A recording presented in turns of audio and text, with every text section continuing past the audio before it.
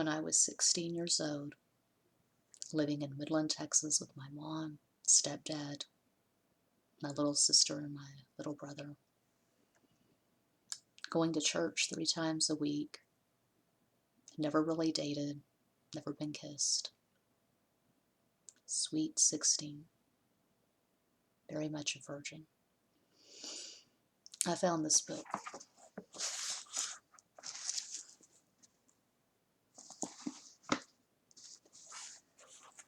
Linda Goodman's Love Signs. At the time, I was infatuated with a Leo, and so I loved the section on Aquarius woman, Leo man.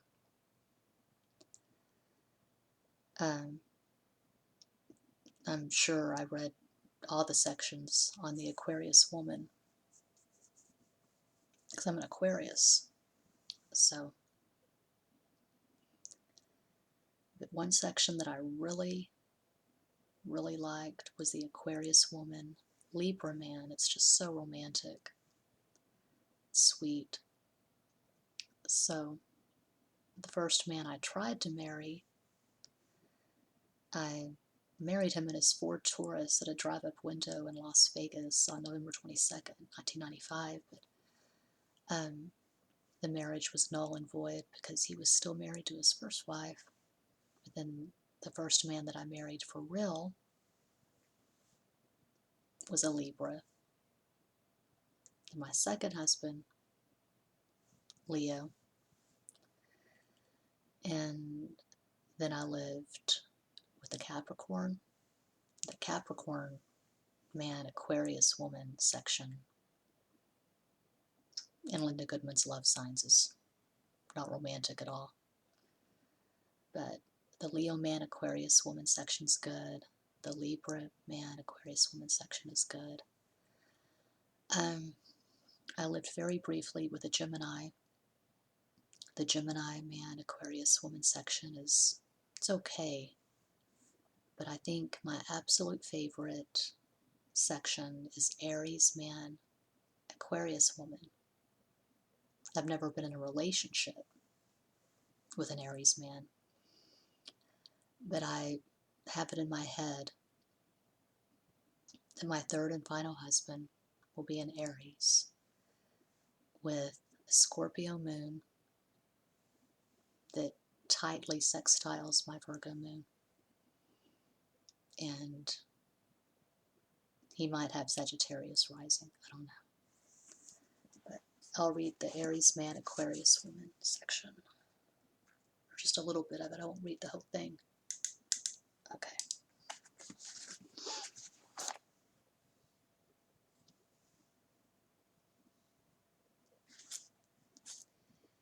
It is April 9th, 1971, the day, though not the year, of his birth, and he has just sent his mother a telegram of congratulations.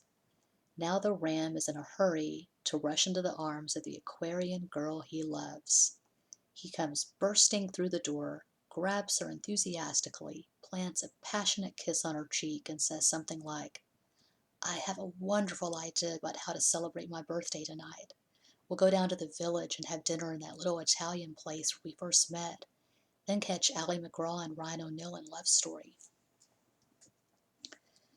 The Aquarian girl stares dreamily at a spot somewhere past his left shoulder and murmurs, "I wonder how that shoe polish stain got up there on the ceiling.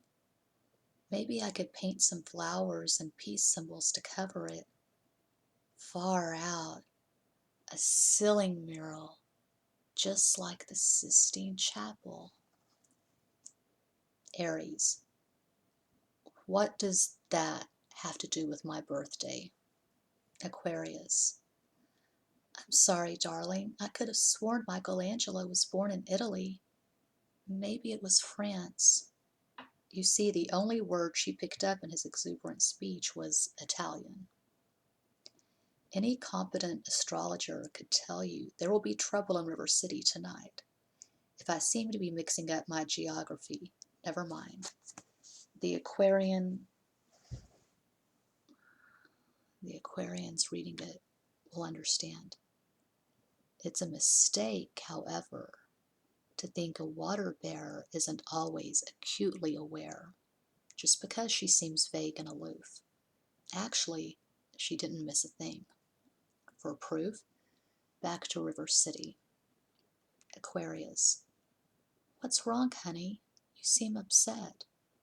Aries. I'm not upset. I'm mad. Aquarius. She has a Taurus ascendant. Aries. Who has what? Aquarius. Ally McGraw. She's an Aries. She's an Aries like you, but she has a Taurus ascendant. I've been crying since I read the first sentence. Aries. Now you've lost me. You've completely lost me. Aquarius. What can you say about a 21-year-old girl who died? Aries. You're thinking of suicide? Baby, I'm not that mad, honest. Aquarius. That's the first sentence in the book. I can't wait to see the film, and that crazy little Italian waiter with the curly hair and mustache who guessed we were in love, so he brought candles and flowers and wine to the table. And oh, that reminds me, I want to give you a bottle of the same kind of wine we drank that night for your birthday. I'll have to make a note so I won't forget. It's next month, isn't it? Why are you looking at me like that? Was it last month? Well, she may miss a few things.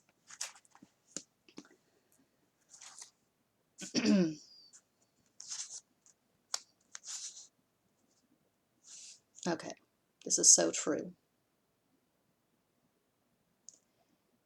She finds something utterly fascinating and compelling about nearly every stranger she comes across, let alone everyone she knows.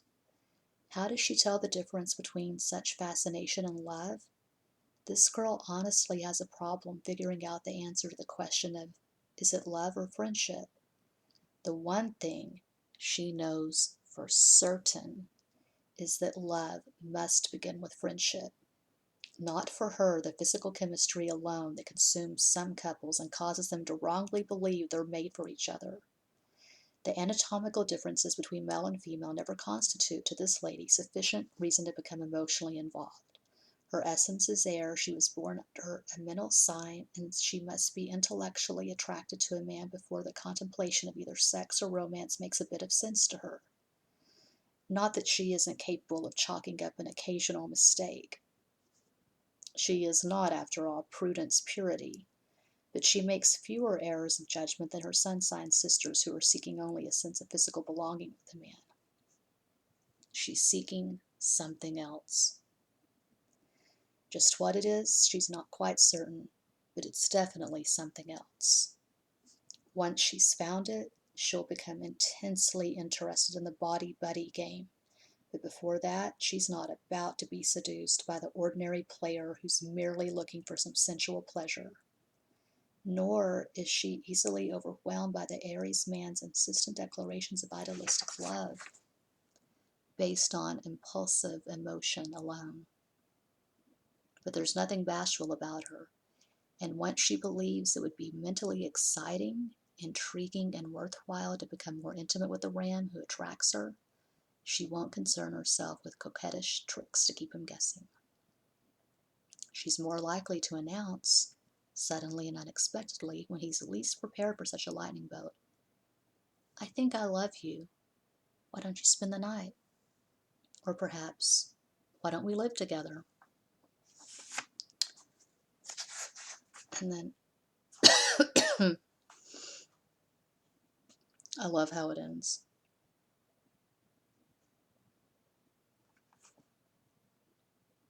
An Aquarian Cassandra weaves a spell of Druidic enchantment and marvelous madness from which an Aries man will never escape.